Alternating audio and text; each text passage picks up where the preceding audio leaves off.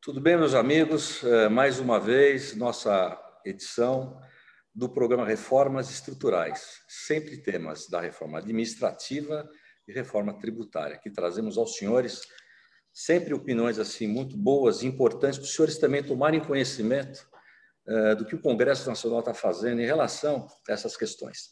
Então, hoje trago especialmente o deputado general Peternelli, do PSL de São Paulo, aliás, da minha base, sou também paulistano, general, e com muita alegria trago o general para a gente trocar uma ideia, trocar uma bolinha aqui, um bate-papo. Ele vai fazer uma apresentação de uma emenda que ele fez à Constituição, da PEC 45, que está na base lá da Câmara dos Deputados, e vai trazer a sua ideia a respeito da questão administrativa. Apesar que, antes de iniciar o programa, a gente já conversou um pouquinho, e ele também poderia falar com muita tranquilidade também sobre a reforma, a PEC 32, a reforma administrativa, que a gente já vou fazer o convite a ele para a gente falar sobre esse tema numa outra oportunidade, só para ter um dia especial somente sobre o tema reforma administrativa.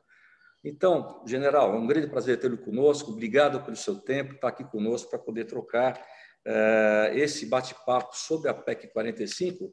O que nos preocupa, general, agora realmente é que eu li até hoje o jornal, no Estadão de hoje, nosso presidente lá, o Rodrigo Maia, dizendo que já tem um número adequado para poder aprovar a PEC 45. Eu acho que ainda a sociedade tem que se ouvir um pouquinho mais antes de se aprovar uma reforma tão importante que vai direcionar as diretrizes tributárias do país. Então, a gente tem que ter um pouquinho mais, talvez, de análise aí por parte da sociedade antes de entrar nessas questões. Mas, por favor, a palavra é sua.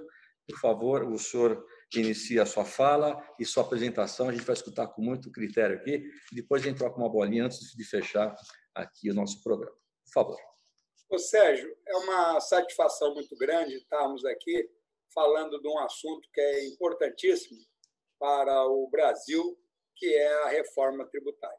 Quando se fala de reforma tributária com a FENACON, eu fico até um pouco constrangido, porque quem mais entende sobre os tributos brasileiros é exatamente os integrantes da FENACON.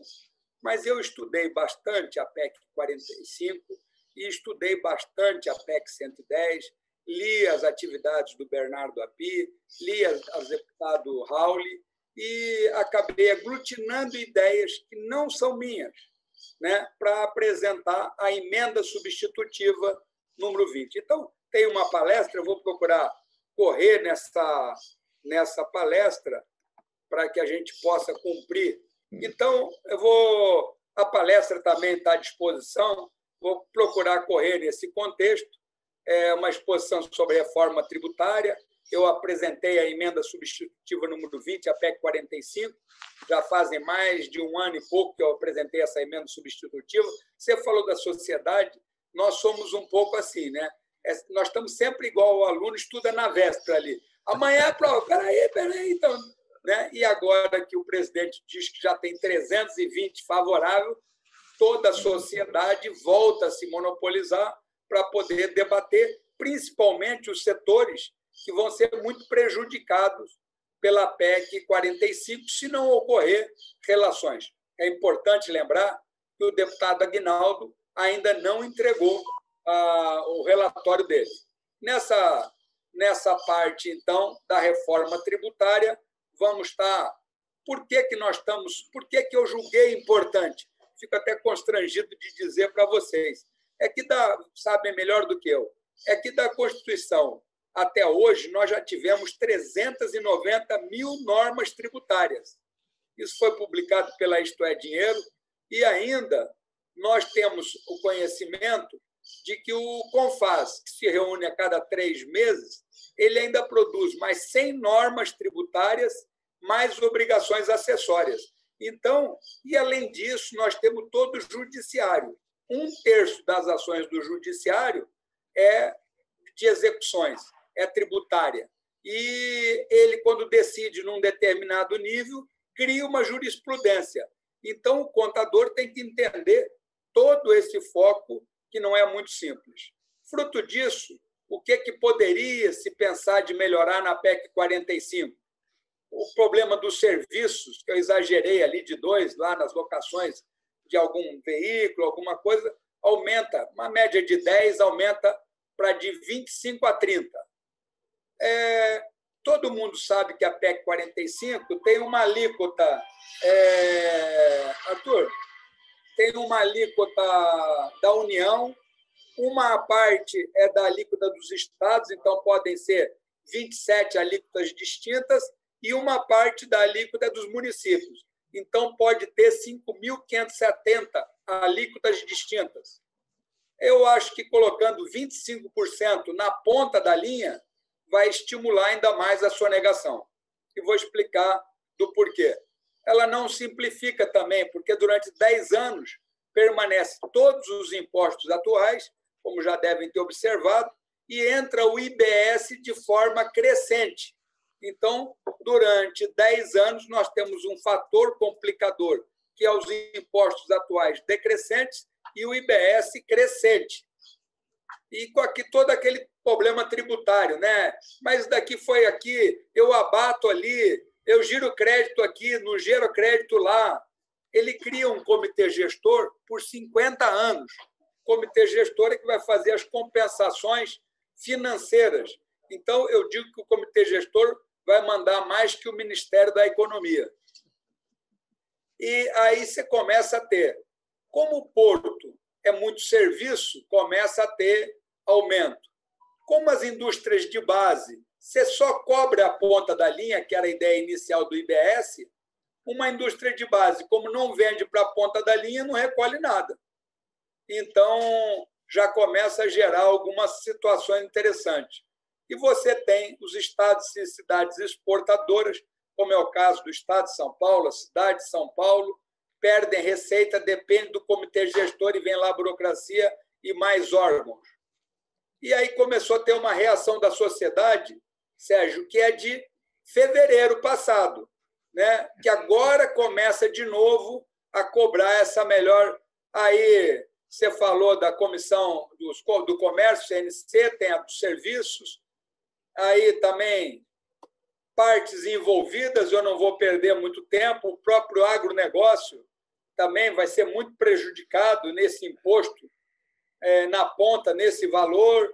Aí tivemos aí em São Paulo um movimento contra aquela estrutura e falando sobre vários aspectos.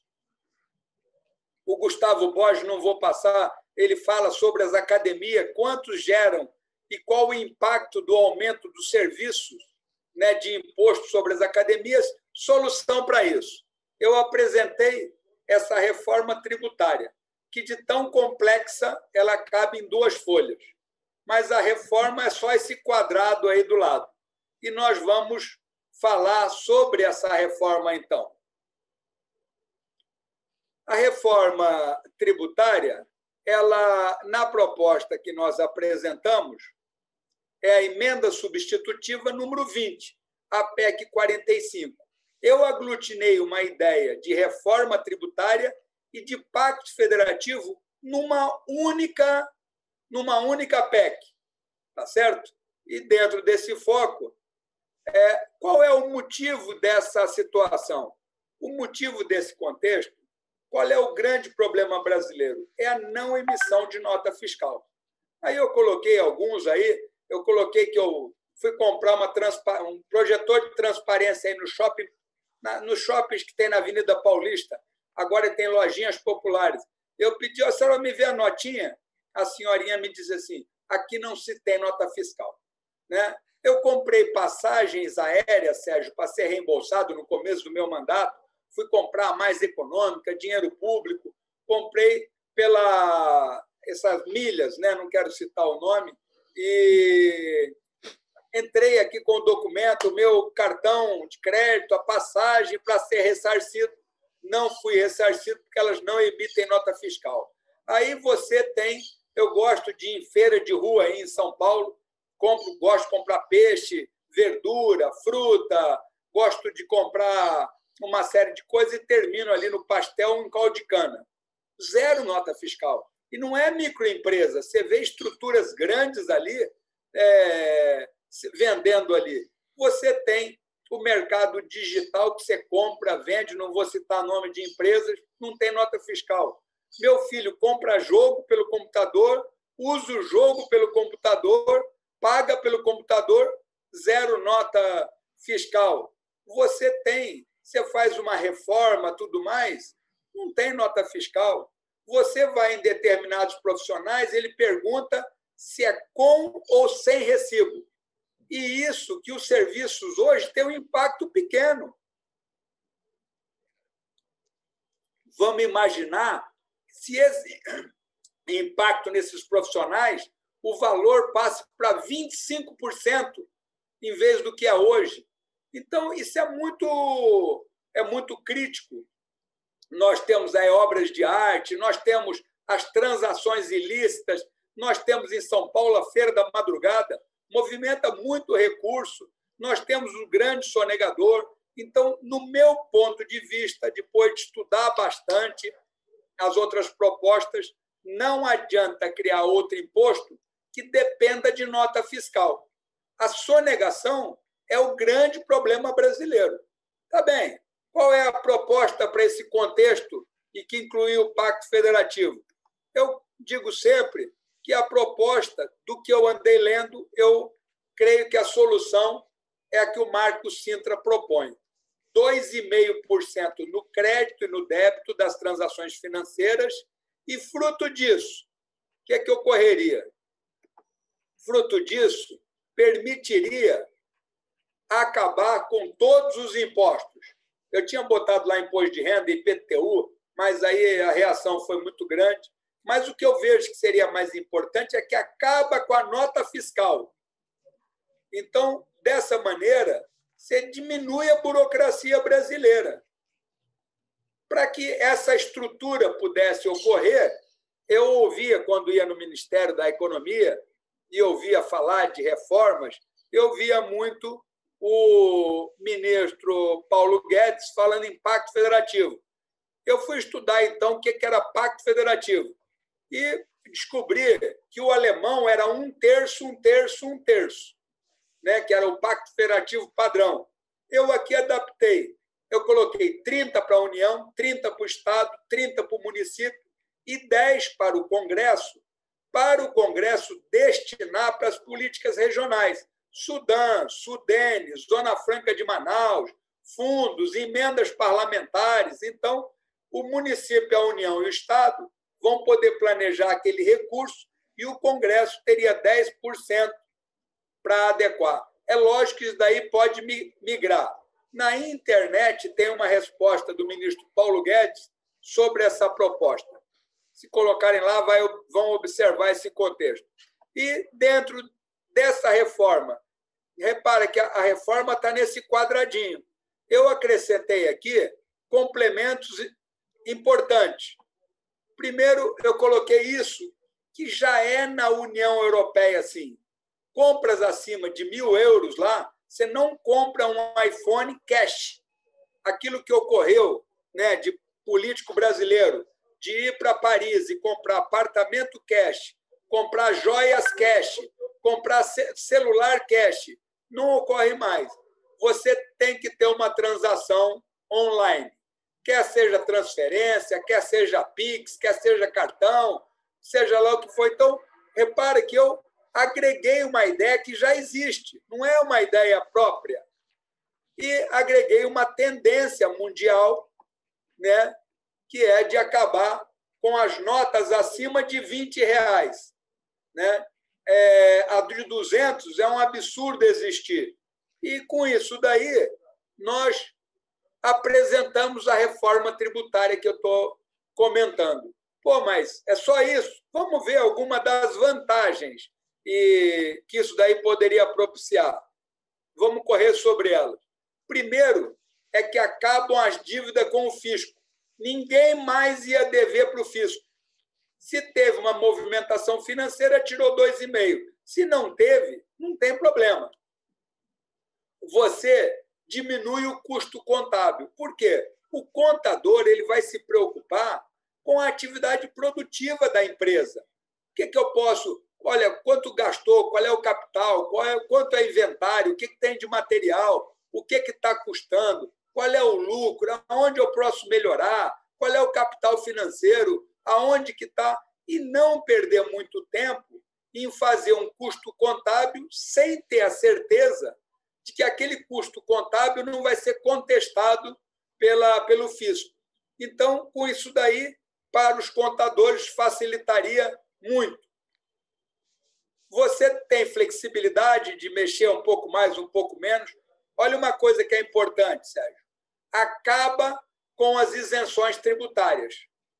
Você também acaba, isso é fundamental, acaba com o contencioso jurídico. 1/3 hoje das ações do judiciário são tributárias. E isso vem até o Supremo. O Supremo é até maior do que esse valor. Então, nós vamos diminuir esse contexto, desse contencioso jurídico. Você combate a corrupção. Essa corrupção, pela falta de nota, você também, e pelo dinheiro ser rastreado, você permite observar. Você pode combater, inclusive, eventuais casos de fiscal que possa ir numa determinada firma e querer aplicar uma multa ou levar uma vantagem. Acabou com esse problema. Não tem mais. Você vai reduzir muito esse aspecto. A economia informal paga imposto, alta capacidade de arrecadar. Olha, a economia do papel moeda, né? Na FENACOM, o contexto que ocorre na Casa da Moeda. Eles fabricam, têm que transportar aquele dinheiro. Para transportar, tem a escolta, tem a estrutura, tem que armazenar aquele dinheiro no destino. Você vê o que ocorreu essa noite passada em Santa Catarina. Vai acabar. O assalto, tanto que eu coloco lá, diminui roubos. Já fiz isso há mais de um ano. Né? Para que o papel moeda? Eu, como tinha proposto acabar com o imposto de renda, você poderia aumentar o lucro do assalariado. Você evita a tendência da pessoa física querer passar para a pessoa jurídica. Isso vai diminuir. Então, o número de pessoas jurídicas na receita não precisa aumentar, ficando uma gestão mais fácil. Você pode diminuir o tamanho do Estado que vai arrecadar, você combate a criminalidade. Por que você combate a criminalidade? Porque o dinheiro ele fica rastreado. E essa criminalidade é do bandido, é do autossonegador, é da corrupção, é de todos os setores. Então, você permite, né, verificar para onde está indo o dinheiro. Verificação, transparência. Eu até entrei com uma lei. Tem fabricante de remédio, isso daí devem conhecer muito melhor do que eu, que pega um remédio que está próximo de uma validade e quase que destrói. Porque se ele for doar para alguém, ele emite a nota fiscal, aí tem toda uma burocracia nesse contexto de doação. E aí simplifica esse foco. Não tem o comitê gestor de 50 anos. Não tem período de transição. E aí fica um desafio para os contadores descobrir uma cadeia produtiva longa que o imposto não pode ser reduzido em 25%. Né? Tudo que você produz sobre a forma de cooperativa não tem uma cadeia longa. Depois, se sobrar tempo, a própria linha de produção hoje de carro, caminhão, já segue um cadeio desse daí. É um imposto, lembra que o outro é 5.570 alíquota. Aqui é uma alíquota. Fácil compreensão favorece a instalação de empresas estrangeiras. Quando uma empresa diz que vai instalar aqui, para ela compreender o sistema tributário, ela já desiste. Reduz o custo Brasil. Facilita a abertura e fechamento. Eu vou fechar a empresa, mas se ela receber algum dinheiro por fora, vai pagar o mesmo 2,5%. Né? Vamos simplificar, vamos ajudar os contadores a abrir e fechar a empresa.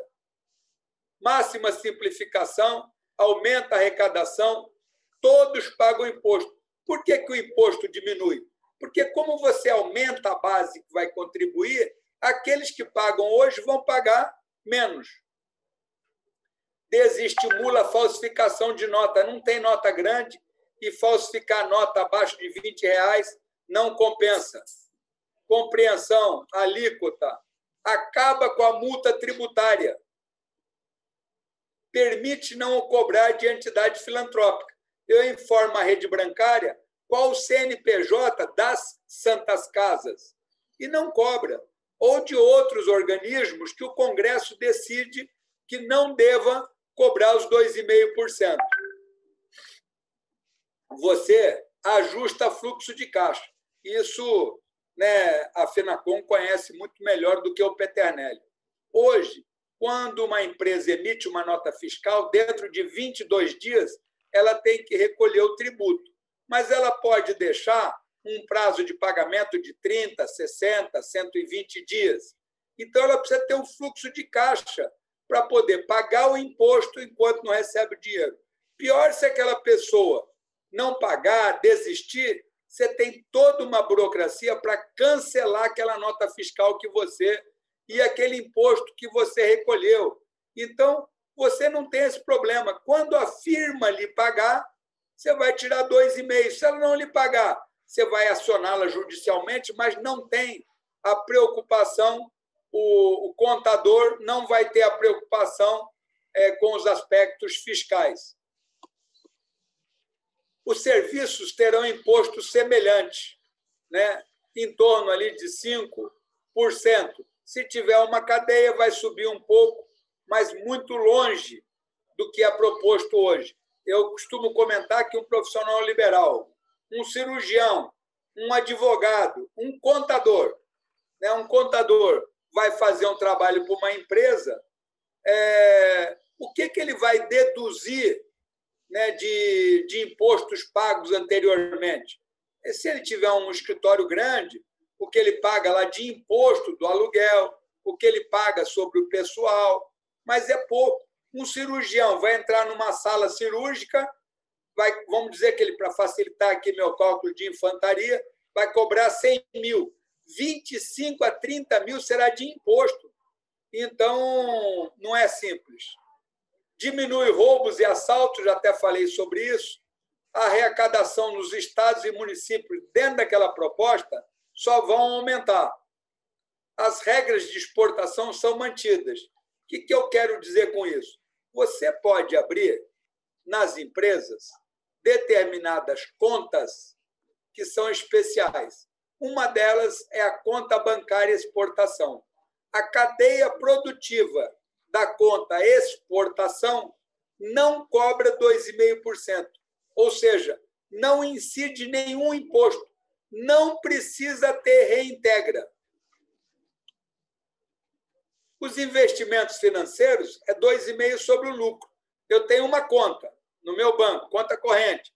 Eu passei esse dinheiro para uma conta em investimento, não pago nada. Passei 100 mil.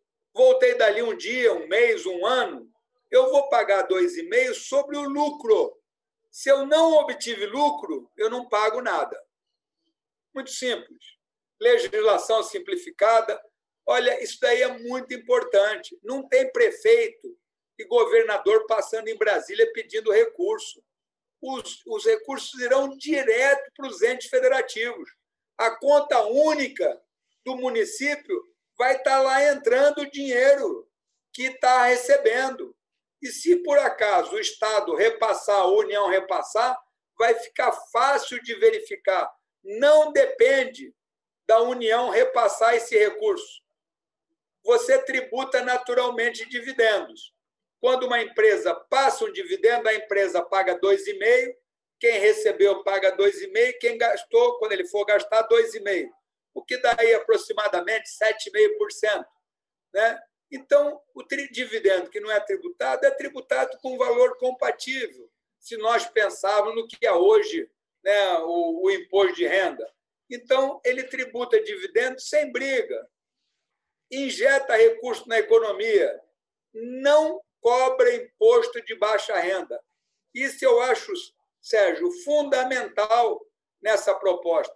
Você pega o CPF do Bolsa Família, o CPF dessas pessoas, e diz, olha, dessas pessoas não cobre 2,5. No entanto, se eles, durante o ano, movimentarem mais de 12 mil, cobre retroativo. Você vê que até essas coisas ficam fáceis. Até você colocar uma Renda Brasil, fica fácil, porque você vai ver, né, quanto movimentou cada CPF, quanto movimentou cada CNPJ. Então, você tem como compor a renda familiar e complementar. Hoje, né, os contadores sabem melhor do que eu de que o Estado gasta de 5% a 10% do que arrecada só com a máquina de cobrança. Isso daí vai ficar reduzido a um valor muito menor do que é hoje. Acaba a guerra fiscal. Por que acaba a guerra fiscal? Uma empresa que fabrica em Belo Horizonte, vou tirar São Paulo do circuito aí para Belo Horizonte, quem comprou foi da Bahia. Quando quem comprou pagar, a Bahia vai receber 2,5. Quando a firma em Belo Horizonte recebeu, ela vai pagar 2,5. Então, quem fabricou vai ganhar, quem comprou vai ganhar, sem guerra fiscal, sem problema. E ainda lembramos que o Congresso tem 10% para compensar desigualdades entre os entes da federação, além de que a União vai ter mais 30%. Permite o imposto seletivo. Essas contas bancárias especiais, eu falei da exportação, mas você pode ter contas em que o imposto, em vez de ser 2,5%, para o cigarro, vai ser, maior. Então, a empresa pode ter contas que ela usa, paga funcionário, compra insumo, volta, paga 2,5%. Naquela que o dinheiro entra, né, ela paga um valor compatível ao imposto que lhe for atribuído. A mesma coisa para a bebida. E se você quiser desonerar alguns itens da cesta básica, você também pode desonerar. Mas lembrando que aquela pessoa, quando for comprar no supermercado aquele CPF do Bolsa Família, ele não terá desconto de imposto nenhum. Você acaba a insegurança jurídica, o contador, quando fizer lá os cálculos, né, não vai ter preocupação de que, com um subindo, um descendo, se aquele cálculo está adequado, se surgiu uma norma, se o CONFAS deu nova atribuição, se a justiça brasileira deu nova interpretação, isso acaba. Estados e municípios aumentam e vamos lá. Desenvolvimento permite testar. Quanto que é 10% de 2,5%? Bom, 10% de 2,5%, 0,25%, né, de imposto sobre movimentações financeiras. Então, vamos fazer um teste. Eu colocaria lá uma legislação que diz o seguinte: dentro de 90 dias fica criado o imposto sobre movimentações financeiras, ou o nome que queira dar, imposto digital, CPMF, não interessa, né? De 0,25, em decorrência, todos os demais impostos têm desconto de 10%. Ponto. E eu vou verificar se o que eu arrecadei de um lado é o mesmo tanto que eu perdi do outro. Então, se equivaleram, eu vou aumentando essa alíquota. Então, eu tenho como testar o imposto sem maiores preocupações. A mesma maneira, se eu testei, deu certo, eu posso fazer uma implantação de 20%, 50%, 100%, num prazo menor do que um ano. A reforma tributária e o Pacto Federativo, eles estão numa única lei. E vamos correr, destrava. Quando eu digo característica, eu brinco sempre, né? Nós não temos característica de ficar dando notinha. Eu sempre brinco. Alguém que foi lá cortar cabelo, as mulheres, que o preço um pouco maior lá no cabeleireiro, paga, e quando paga, a pessoa diz assim: espera que eu vou buscar a sua notinha. Não tem notinha. Quer dizer, numa cidade pequena, não tem notinha. Eu aqui tenho uma chácara perto de São Paulo e compro numa cidade satélite. Não tem notinha. Então, não é normal. Isso é uma característica nossa. Tem países que você vai, você executa qualquer coisa, você está indo embora. Eu falo, espera um minutinho. Ele quer te dar ali a notinha fiscal. Então, nesse caso, acabou a nota fiscal. Folha de pagamento é totalmente desonerada. O que arrecada vai ser suficiente. Aumenta o salário, porque também quem paga a contribuição de 8% não precisa mais. Pode eliminar notas. Acaba esses termos que são usados na literatura brasileira tributária.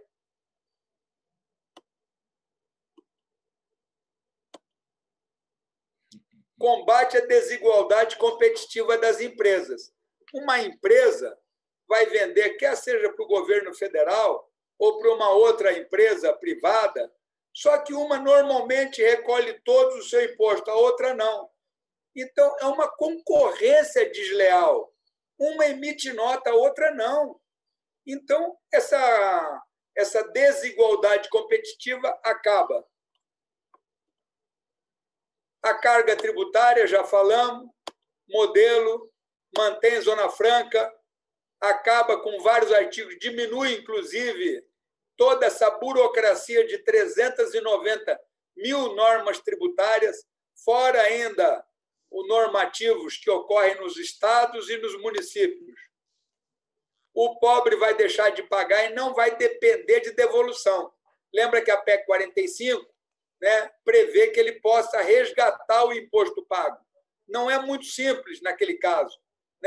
As pessoas vão pedir para você comprar no CPF, naquilo, pedir a notinha para bater, é complicado. Pode extinguir todos os impostos conforme previsto. Evolução tecnológica facilita as pequenas e médias empresas a crescerem sem preocupar com o regime tributário. Hoje mesmo, nós tivemos aqui a frente parlamentar das startups.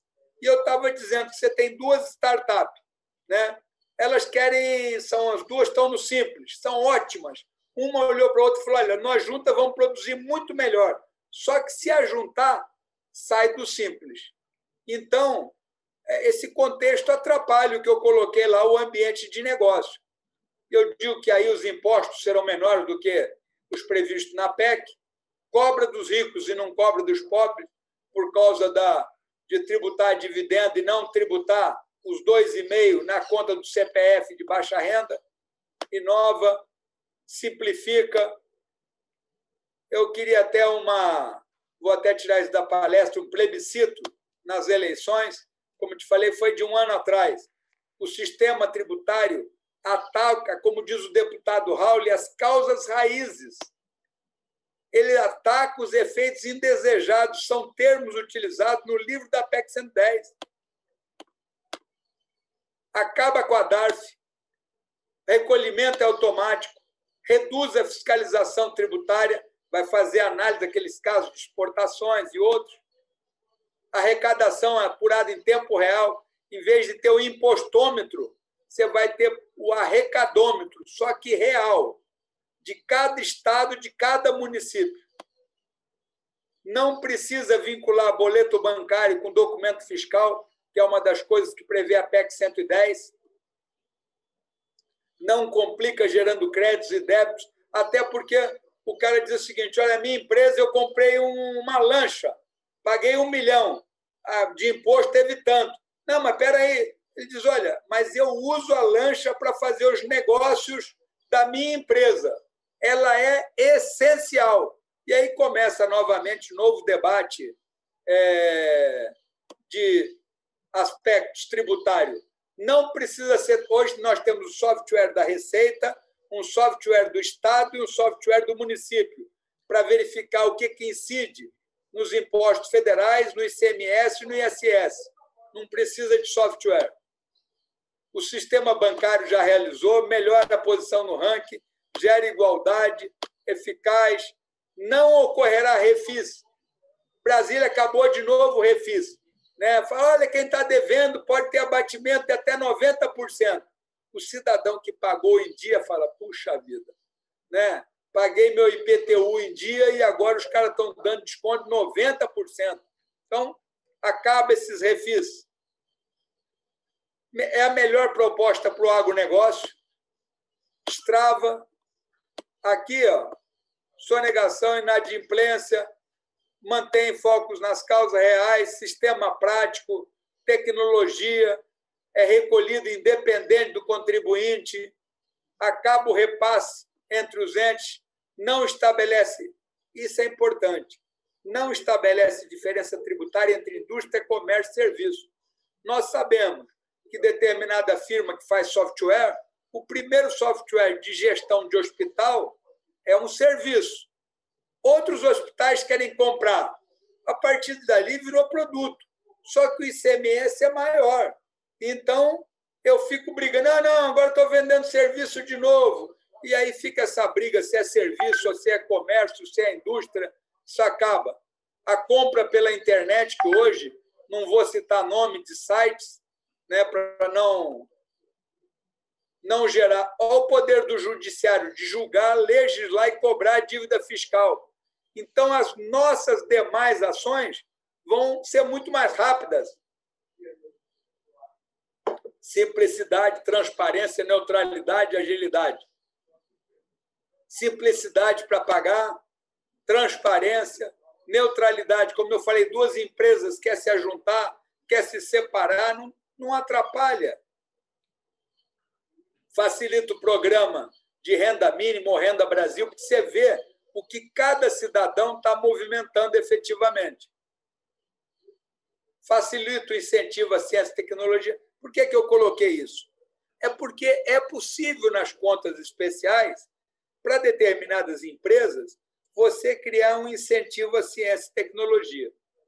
Todo aquele material vendido naquela rúbrica pode não pagar os 2,5%, mas os contadores e os fiscais vão ter que comprovar que aquilo ali foi empregue em ciência e tecnologia.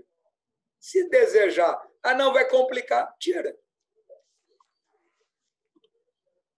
Equidade, não importa se é mercadoria, os impostos vão diminuir, tecnologia 5G, facilidade de fazer negócio, garante a arrecadação dos impostos, facilita a legalidade de quem deseja produzir seu próprio sustento.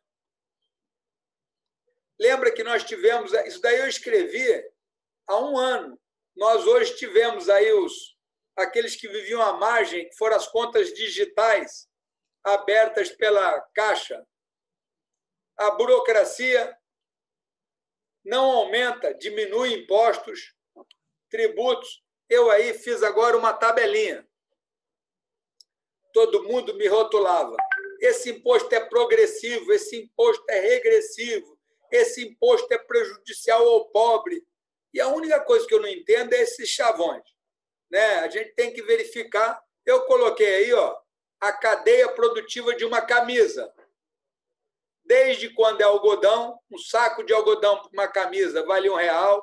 Quando é transformado em linha, passa a valer a linha 3. Quando é transformado em tecido, passa a valer 10. Quando a fábrica compra e vende como camisa, vale 25. Quando o comércio vende por 50. E coloquei do lado toda a sequência de 2,5. Acumulativo, 2,5, 2,5, 2,5. O total, 225. Multipliquei por 2, porque o outro lado vai pagar também. Dá 4,45. Você repara, do preço de R$50 da camisa, nós vamos pagar 4,45. Se fosse o IBS ou IVA, que vai de 25 a 30, o imposto seria de 12,50. Então, por isso que mesmo numa cadeia produtiva é possível. E se essa turma do algodão, da linha, da fábrica, do comércio, do imposto, produzir sob a forma de cooperativa e o dinheiro, quando for pago, ele é distribuído sob a forma de Sprite para cada conta de cada um desses envolvidos, o que vai incidir de imposto é 2,5% somente. Eu coloquei uma transparência da própria Ministério da Economia com os princípios do novo imposto que ele quer, né? Ele fez isso para o CBS. Mas eu pergunto, qual que reduz custos de conformidade? Qual que dá segurança jurídica? Qual que dá equidade? Qual que termina com os privilégios? Qual que não aumenta a carga tributária, nem do serviço, nem do comércio e nem da indústria? Qual que combate a evasão fiscal? Qual que traz neutralidade nas decisões econômicas? Qual que vai gerar mais investimento e mais emprego? E aí tinha uma fase do Paulo Guedes, ele falando sobre essa proposta, está na internet, eu vou permitir ultrapassar, e aí alguns que defenderiam, e concluo aqui com esse detalhe. Quando nós tínhamos a CPMF, num relatório do Sindifisco, está em negrito, vamos ler em conjunto. A Receita Federal identificou em 2012 17 milhões de pessoas físicas que se declararam isenta renda bruta naquela época, até 12 mil, mas fizeram transações de 212 bilhões. Nesse grupo, apenas 62 pessoas movimentaram 12 bilhões. A investigação também encontrou, em 2002, 11,7 milhões de pessoas físicas que nem sequer entregaram declaração de renda, mas movimentaram 200 bilhões. Então, repara, dizem que muita gente é contra pela rastreabilidade e pelo compliance que isso produz. Então, aí alguns me perguntam, aonde já tem isso no mundo? E aí eu peguei uma frasezinha do Einstein, não podemos querer que as coisas mudem se sempre fazemos o mesmo. Eu gosto sempre de deixar aí meus telefones, dados, mas tem o gabinete digital, se entrarem na internet, para poder mandar sugestões para que eu possa mudar, não só nisso, mas em outras áreas em que a Câmara esteja envolvida. Ela está à disposição. Então, se nós queremos simplificar, se nós queremos um pacto federativo, se nós queremos que o contador se concentre na parte produtiva da empresa, né, naquilo que vai gerar recurso, né? Então, está aí uma proposta que eu acho fundamental. Sérgio, eu estou à disposição, desculpe ter me alongado aí um pouco mais, mas se é para simplificar, e eu estudei bastante a PEC 45, 110, e não li o relatório do deputado Aguinaldo, porque ainda não foi entregue. Já soube que várias áreas de serviço, em especial a saúde e a educação, estão reclamando muito de aumentar a carga dos serviços em mais de 200%. Então, de que eles estão raciocinando e já tem uma alíquota diferenciada. Bom, aí já começamos a voltar para onde estávamos. E se durante 10 anos vai ter uma subindo, uma descendo, eu não acho que vamos simplificar muito. Se é para simplificar, está aí a ideia do Sintra, do Paulo Guedes, da União Europeia, a tendência de acabar com as notas e que eu aglutinei na emenda substitutiva número 20. Muito obrigado, a FENACOM, pela oportunidade. Bom, eu, deputado general Peternelli, primeiro que foi uma aula esclarecedora, um projeto realmente bem inovador, bem diferente, vai na linha do nosso amigo aqui, Marco Sintra, né, que eu conheço aqui em São Paulo de longa data, mas já com detalhamento específico, muito bom. De fato, a PEC 45, na minha opinião, a 110 também, elas têm muitos defeitos ainda. Primeiro que não tem alíquota. Na verdade, o que eles falam é uma alíquota referencial. Não tem um artigo da lei que traz qualquer alíquota. Então, é jogar no escuro. Nós não sabemos exatamente quanto vai custar isso. Não se fala em alíquota. Né? Então, isso é outra coisa. Para não dizer que eu falo mal, descaradamente, eu falo em 25. eles avaliam de 25 a 30, mas já teve algumas instituições que já falaram em 32. Então, a própria indústria que fala que vai ser vantagem, sair de 34, 35 para 32 com tamanha briga, e aí fica o desafio, da cadeia produtiva que chegue a 20% e que não possa ser produzido sob a forma cooperativada. Hoje, a pessoa não compra um produto numa grande material de construção e outras tantas plataformas para depois vender. Aquele produto está ali de passagem. Se vendeu, uma parte do recurso vai para quem fabricou, uma parte vai para a plataforma, quer seja online, quer seja física. Então, eu floreio um pouco, Sérgio, não foi bem assim a coisa, mas só para ilustrar, eu floreio muito a construção do caminhão Volks no Brasil. A Volks no Brasil só fabricava carro, aqueles que são da minha época, aí, 66 anos, sabem disso. Era mais Mercedes, Fenemê, Scania e por aí vai. Dizem que uma pessoa teve uma ideia de produzir o caminhão. Era amigo de um diretor da Volks e foi lá na Volks. Olha, não fala para mim, não, vamos lá falar para a diretoria. Diz que aí chegou lá, antes de começar a reunião, o presidente falou: está aqui o José, amigo do Paulo, e ele tem uma ideia para nos trazer, e então nós vamos conceder um pequeno tempo, esse tempo que eu vou usar agora. Aí o cara ia falar: olha, eu queria que vocês só produzem carro, produzem caminhão. O presidente falou: pode parar. Nós não temos o menor interesse de produzir caminhão. Aí ele falou: não, mas eu tenho uma ideia. Aí o presidente falou: não temos tempo a perder. Ele falou: mas vai levar 5 minutos. Aí diz que ele acabou de expor a ideia, o presidente virou, floreado, logicamente, virou e falou assim: pode produzir o caminhão Volks.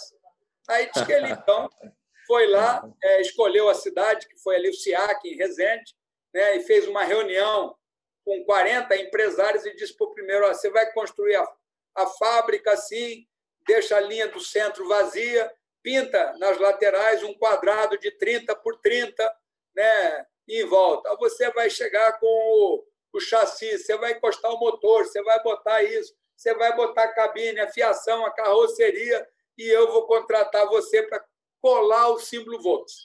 Não ia fazer nada, mas ele colocou ótimos fornecedores de autopeça. Aí o pessoal quis saber: tá, mas quanto você vai pagar pelo meu chassi? Vamos decidir agora. Você vai ficar com 3%, se é 10%, se é 11%, se é 0,2%, se é 0%, e do preço do caminhão. Aí nós vamos só cobrar no final. Aí o cara disse: e não vamos tirar nota antes. Como? Como é que eu vou trazer de Limeira para Resende um chassi sem pagar ICMS? Ele falou: olha, da matriz para a filial você pode transportar sem recolher imposto. O box número 1, pintado no chão lá no quadrado 30 por 30, é a sua filial, o box número 2 é a sua filial, o box número 3 é a sua filial, e eles produziram um caminhão consorciado. Então, você diminuiu a cadeia produtiva. Então, a cadeia produtiva cooperativada, só paga esse tanto. Na construção civil, se você contratou lá: olha, contratei a Caixa, o financiador, eu sou incorporador. Quando você estiver construindo, no início é concreto, ferro e você. Então, quando a Caixa for pagar, você diz para a Caixa: paga isso, paga para mim. Cada um só vai pagar 2,5. Não tem cascata. O outro andar, a mesma coisa. E quando eu mandar o cara fechar as paredes e for pagar, a Caixa já vai pagar direto, pagar sobre a forma de Sprite, mesmo que seja em tempos distintos, o que vai incidir basicamente. E se você colocar verticalizada a produção, a camisa, eu plantei o algodão, eu fiz o tecido, eu confeccionei a camisa. Esse cara, logicamente, só vai pagar 2,5 no final. Mas não é só o verticalizado. O cooperativado também só vai pagar 2,5. Então, ideias para debater. E os contadores, eu no Exército, a minha área sou paraquedista e piloto de helicóptero. A minha área era só dobrar o paraquedas e pilotar, montar as operações de helicóptero. E agora tive que estudar, apesar de que meu pai foi um fiscal de renda, falecido já há 25 anos, fiscal de renda do estado de São Paulo, e eu tenho nele uma referência muito positiva. De novo, deputado, é um prazer ter falado consigo. Estouramos, de fato, o nosso tempo aqui no programa, mas acho que valeu a pena, foi uma boa explicação. Eu acho que a gente tem que pensar, esse é um grande motivo para a gente não pensar em aprovar a toque de caixa esse projeto que é tão importante para a nossa nação. Nós temos que discutir com a sociedade, de fato, todas as propostas ali colocadas, né? Com muito critério, para que a gente possa ter ciência do que a gente está aprovando. Então, novamente... Pois não, Geraldo. As pessoas costumam dizer, para concluir, né, que muitas vezes essa proposta o advogado tributarista não gosta, porque não vai ter atividade. Alguns dizem que os economistas vão detestar, porque não terá mais discussões econômicas nesses impactos em termos de tributo. Mas eu não penso assim. Eu acho que se a gente pensar no que isso pode propiciar para o país e buscar mecanismos para que essa proposta possa ser eficiente e não aumente a carga tributária daqueles que pagam hoje, né? Então seria muito mais vantajoso. Obrigado pela oportunidade, Sérgio, você, a FENACOM, e eu estou à disposição, já passei meus dados, meu gabinete aqui em Brasília, meu escritório em São Paulo, estão sempre à disposição para debater, para acrescentar ideias, modificar, aperfeiçoar, e por aí vai. Muito obrigado mesmo. Agradecemos novamente, general Peternelli, pelo seu tempo, a sua boa exposição, conhecimento, né? Disse que não conhecia, mas olha, realmente foi a fundo. Parabéns pela sua exposição brilhante. E eu volto a falar, para fechar o nosso programa, que, de fato, a importância de não querermos aprovar esse ano a toque de caixa, porque falta, na verdade, não falta um mês para acabar o ano, porque o recesso é um pouquinho antes do Natal, né? Então a gente tem talvez uns 15 dias, então não tem lógica nenhuma a gente querer aprovar um relatório ainda este ano, com tantas discussões ricas de um tema tão importante que é a reforma tributária. Então, novamente, eu agradeço a sua presença. Eu acho que o nosso público ficou esse tempo todo nos assistindo, tenho certeza, pela riqueza de detalhes da sua proposta. Então, agradeço novamente. Esse ano temos a CMO ainda, né, Sérgio? Que nem votou a LDO. Então, entre as duas, nós precisamos votar a LDO aí com prioridade. Sem dúvida. Essa é a prioridade, né? Essa é a prioridade. Então, um grande abraço a todos. Obrigado novamente. E espero que vocês tenham aproveitado. E traremos novamente aqui o general Peternelli para discutir mais sobre esse tema, provavelmente agora na virada do ano, porque eu tenho certeza que a gente não vai aprovar essa reforma ainda esse ano. Então, um abraço a todos e até a próxima. A continência é para vocês. Muito obrigado.